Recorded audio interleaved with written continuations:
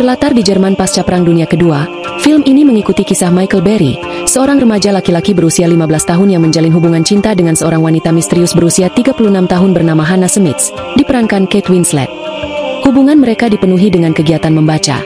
Michael sering membacakan puisi dan karya sastra untuk Hannah sebelum mereka bercinta. Namun tiba-tiba, Hannah menghilang tanpa kabar. Bertahun-tahun kemudian, Michael yang kini menjadi mahasiswa hukum menemukan bahwa Hannah adalah terdakwa dalam sidang kejahatan perang Nazi. You're familiar with this book? Yes. Ia merupakan mantan penjaga kamp konsentrasi yang dituduh membiarkan tahanan Yahudi mati dalam kebakaran saat kamp dievakuasi. Michael menghadapi dilema moral besar. Ia tahu rahasia penting tentang Hannah, bahwa ia buta huruf, yang bisa membebaskannya dari hukuman berat. Tapi Hannah sendiri terlalu malu untuk mengungkapkan kelemahan itu. Film dibuka dengan suasana sunyi dan tenang di apartemen modern. Seorang pria parubaya, Michael Berry, diperankan oleh Ralph Fiennes, berdiri sendirian di dapurnya. Ia terlihat terdiam lama, lalu menyiapkan sarapan untuk seorang perempuan muda yang tampaknya baru bangun. Ada kesan bahwa mereka baru saja menghabiskan malam bersama, namun tidak ada keintiman emosional. Michael tampak jauh, termenung, seperti diselimuti masa lalu yang belum selesai. Kamera bergeser ke masa lalu. Michael Berry muda, diperankan oleh David Cross, remaja 15 tahun, sedang berjalan sendirian di jalan sempit kota tua. Tiba-tiba ia berhenti, pucat, dan muntah di pinggir tembok. Ia terlihat sangat sakit. Seorang wanita dewasa yang tampak tegas namun pendiam, Hannah Smith, Kate Winslet, melihatnya. Tanpa banyak bicara, ia membimbing Michael ke apartemennya di atas sebuah gedung tua dan membantu membersihkan tubuhnya dari muntah. Hannah tidak terlalu ramah, tapi jelas dia perhatian dan bertanggung jawab. Setelah Michael merasa sedikit lebih baik, Hannah memanggil tram dan menyuruhnya pulang.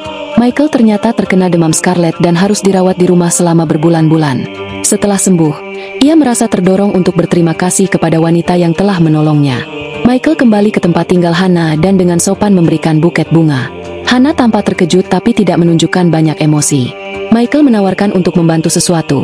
Lalu Hannah menyuruhnya mengambil batu bara dari ruang bawah dan membawanya naik. Setelah selesai, Michael terlihat kelelahan dan kotor karena batu bara. Hannah diam sejenak, lalu menyuruhnya melepas pakaian kotor dan mencucinya di kamar mandi kecilnya. Saat Michael telanjang, Hannah masuk ke kamar mandi dan memperhatikannya. Disinilah tensi erotis mulai terasa. Saat dia memakaikan handuk pada Michael, keduanya saling tatap dalam keheningan. Michael kembali lagi di lain hari. Ia dipanggil masuk oleh Hannah.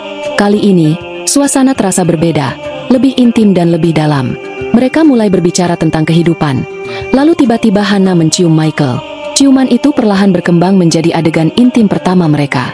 Setelah itu, ada momen yang akan menjadi inti dalam hubungan mereka. Hannah meminta Michael untuk membacakan buku sebelum mereka bercinta.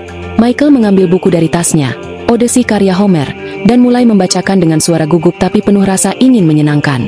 Dalam hari-hari berikutnya, pola pun terbentuk.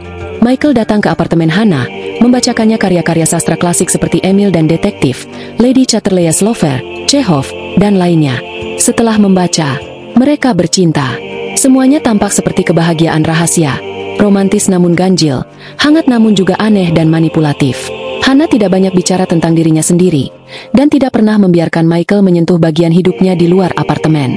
Michael, yang masih sangat muda dan polos, menganggap ini sebagai cinta pertama yang magis. Tapi bagi Hannah, hubungan itu lebih kompleks. Ia menikmati kasih sayang, tetapi juga menyimpan sesuatu yang gelap, sebuah rahasia besar yang belum kita ketahui. Hubungan antara Michael dan Hannah berkembang semakin dalam. Setiap kali Michael datang, pola mereka berulang, membaca, mandi, bercinta. Tapi hubungan ini bukan sekadar fisik. Michael mulai jatuh cinta. Ia melihat Hannah sebagai dunia barunya, misterius, dewasa, dan penuh gairah. Namun, di sisi lain, Hannah tetap seperti teka-teki. Ia hampir tak pernah tertawa, menyimpan emosi rapat-rapat, tidak pernah menceritakan masa lalunya. Hannah menunjukkan sifat yang otoriter, bahkan dalam kasih sayang. Ketika Michael mencoba menyentuh aspek lain dalam hidupnya, seperti mengenalkannya pada teman, atau mengajaknya jalan-jalan, Hannah cenderung menolak dengan tajam. Suatu hari, Michael mengusulkan ide untuk pergi bersama selama libur musim panas. Mereka pun melakukan perjalanan singkat ke pedesaan. Di sana mereka tampak seperti pasangan normal, bersepeda, berenang di danau, tidur di penginapan sederhana. Di momen ini, Michael merasakan hubungan mereka seperti impian. Ia membaca puisi-puisi romantis, dan Hannah untuk pertama kalinya terlihat tersenyum. santai, bahkan bahagia.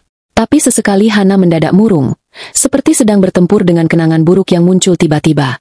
Michael tak mengerti, tapi ia tetap diam, karena tidak ingin merusak keindahan. Setelah liburan usai, Michael kembali ke sekolah. Hidupnya seperti terbagi dua.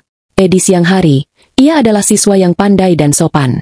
Di sore dan malam, ia adalah kekasih rahasia wanita yang jauh lebih tua. Teman-temannya mulai curiga karena ia sering menghilang. Saat seorang gadis sekelasnya mulai menunjukkan ketertarikan padanya, Michael menolak secara halus, karena hatinya sudah penuh oleh Hana. Sementara itu, Michael juga mulai membaca dengan lebih serius. Ia mencari buku-buku yang bisa ia bacakan untuk Hana. Tapi perlahan ia sadar bahwa Hana tak hanya menyukai isi bacaan itu, ia bergantung padanya. Pada suatu sore, Hana menerima pemberitahuan dari tempat kerjanya, perusahaan tram. Seorang supervisor datang dan memberinya promosi jabatan karena dedikasinya. Tapi alih-alih bahagia, wajah Hana justru panik. Ia terlihat gelisah dan bimbang. Keesokan harinya, ketika Michael datang, ia menemukan apartemen Hana kosong. Semua barangnya hilang, tanpa sepatah kata, tanpa surat, tanpa penjelasan. Michael berdiri lama di dalam apartemen kosong itu. Ia linglung, batin remajanya remuk. Cinta pertamanya pergi tanpa pamit. Yang tertinggal hanyalah bayang-bayang suara yang dulu membacakan puisi, dan jejak sentuhan yang tak sempat berpamitan. Kehilangan ini membekas mendalam pada jiwa Michael. Ia pulang dengan langkah lemas, tak mengerti apa yang sebenarnya terjadi. Pertanyaan pun menggantung di udara. Siapa sebenarnya Hana Smits? Kenapa ia pergi begitu saja? Apa yang ia sembunyikan? Penonton tahu, ini bukan sekadar hubungan yang kandas.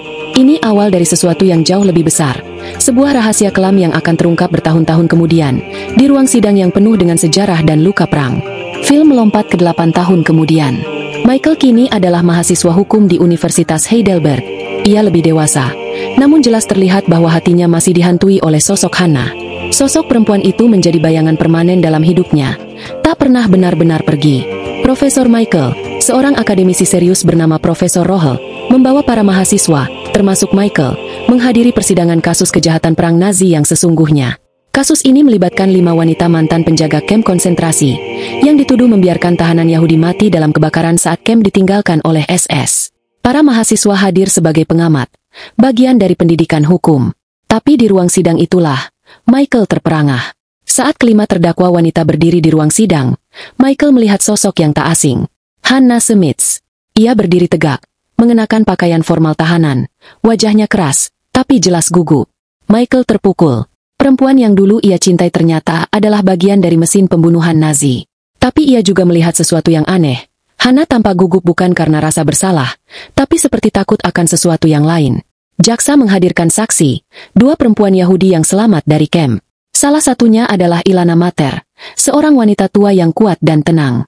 Ia menceritakan bagaimana penjaga-penjaga wanita itu, termasuk Hana, membiarkan 300 tahanan mati terbakar dalam gereja yang dikunci dari luar, ketika kamp sedang dievakuasi. Saksi mengatakan, mereka bisa saja membuka pintu, tapi tidak ada yang melakukannya. Pengadilan menghadirkan dokumen laporan tertulis, konon ditulis oleh Hana sendiri, yang memuat kronologi insiden. Dokumen itu menjadi bukti kuat, dan ketika para penjaga lain mencoba menyalahkan Hana sebagai pemimpin, hakim meminta Hana menulis pernyataan untuk dibandingkan dengan tulisan laporan. Hana tampak ketakutan. Ia ragu. Ia menolak menulis. Hakim heran. Mengapa Anda tak mau membuktikan bahwa tulisan itu bukan milik Anda? Hana menjawab pelan. Tidak perlu. Di tengah kekacauan batin, Michael tiba-tiba menyadari kebenaran besar yang selama ini tersembunyi. Ia tidak bisa membaca, tidak bisa menulis. Itulah sebabnya ia selalu meminta Michael membacakan buku. Itu pula alasan mengapa ia meninggalkan pekerjaannya saat dipromosikan, karena takut ketahuan tidak bisa membaca, dan mengapa ia tidak membela diri di pengadilan. Hana lebih memilih dihukum seumur hidup daripada harus mengakui bahwa ia buta huruf. Rasa malunya lebih besar daripada rasa takut akan penjara. Michael kini terguncang hebat. Ia tahu bahwa Hana bukan pemimpin dari peristiwa pembakaran itu. Ia tahu bahwa dokumen itu tidak ia tulis sendiri. Tapi ia juga tahu, jika ia membocorkan rahasia Hana di pengadilan, ia akan menyelamatkannya dari hukuman seumur hidup. Namun, ia masih terluka karena ditinggalkan Hana dulu. Ia masih merasa diperalat dalam hubungan mereka. Dan di sisi lain, ia tahu bahwa Hana memang bagian dari sistem kejam yang membunuh ribuan orang. Michael pun bungkam. Ia tidak mengatakan apa-apa kepada siapapun. Ia memilih menjadi saksi bisu dari kehancuran orang yang dulu ia cintai. Hana dijatuhi hukuman penjara seumur hidup, sedangkan keempat wanita lainnya hanya mendapat hukuman ringan.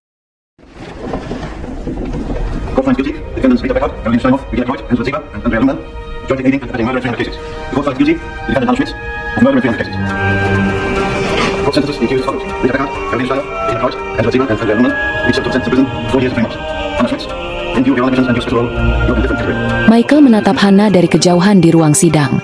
Ia tidak tahu apakah Hana mengenalinya. Tapi ia sendiri hancur oleh perasaan bersalah, cinta, kebencian, dan kebingungan yang menyatu. Lalu, ia keluar dari ruang sidang. Dunia di luar terang oleh cahaya matahari. Tapi di dalam dirinya, bayangan masa lalu tidak pernah benar-benar lenyap. Setelah Hana dijatuhi hukuman penjara seumur hidup, Michael kembali ke kehidupannya sebagai mahasiswa. Tapi jiwanya kosong. Ia seperti kehilangan arah, terjebak dalam pusaran antara cinta, trauma, dan rasa bersalah.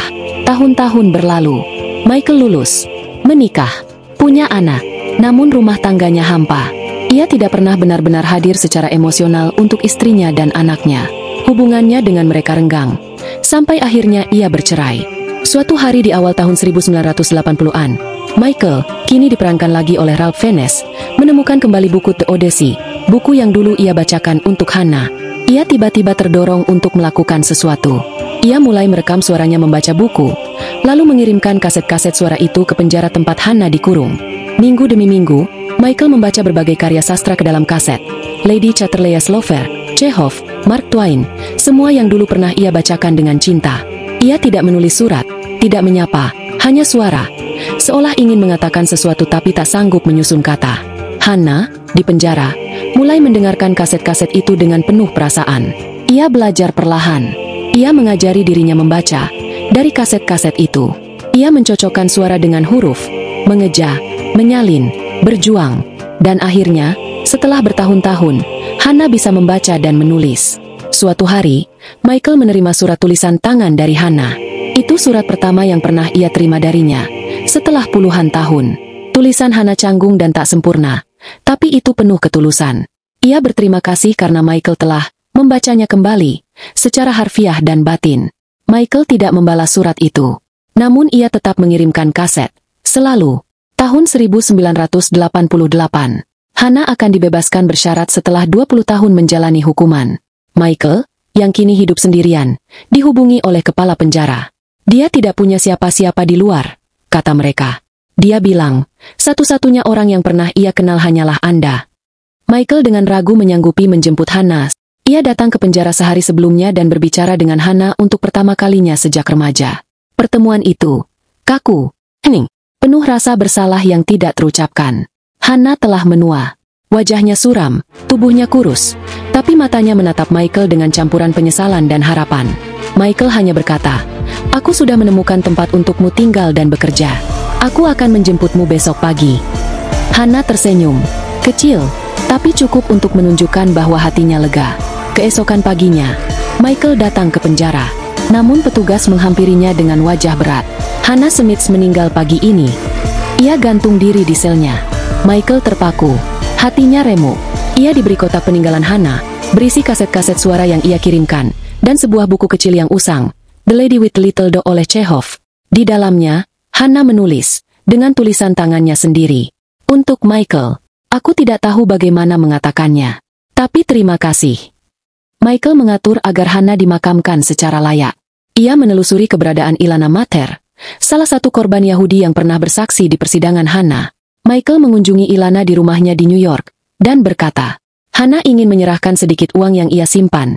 Untuk Anda, itu semua yang ia punya. Ilana menatap Michael dalam-dalam. Ia tidak marah, tapi juga tidak bisa mengampuni. Ia menolak uang itu, namun menyarankan agar Michael menyumbangkannya ke organisasi literasi untuk tahanan wanita. Ilana berkata, kadang kita harus menerima kenyataan, bahwa hidup tidak menawarkan penutupan yang sempurna. Film ditutup dengan Michael berjalan bersama anak perempuannya, Julia, menuju makam Hannah Smith. Di sanalah akhirnya ia menceritakan kisah hidupnya, dari awal hingga akhir. Ia berkata, semua ini adalah tentang dia, tentang bagaimana cinta bisa menyelamatkan dan menghancurkan. Kamera perlahan menjauh. Langit mendung tapi tenang, dan suara kaset terakhir masih terngiang. Dan ketika Odysseus pulang, ia menangis bukan karena lelah, tapi karena akhirnya ia tahu, rumah bukan tempat, melainkan seseorang. Dan film pun tamat. Saat hari pembebasan tiba,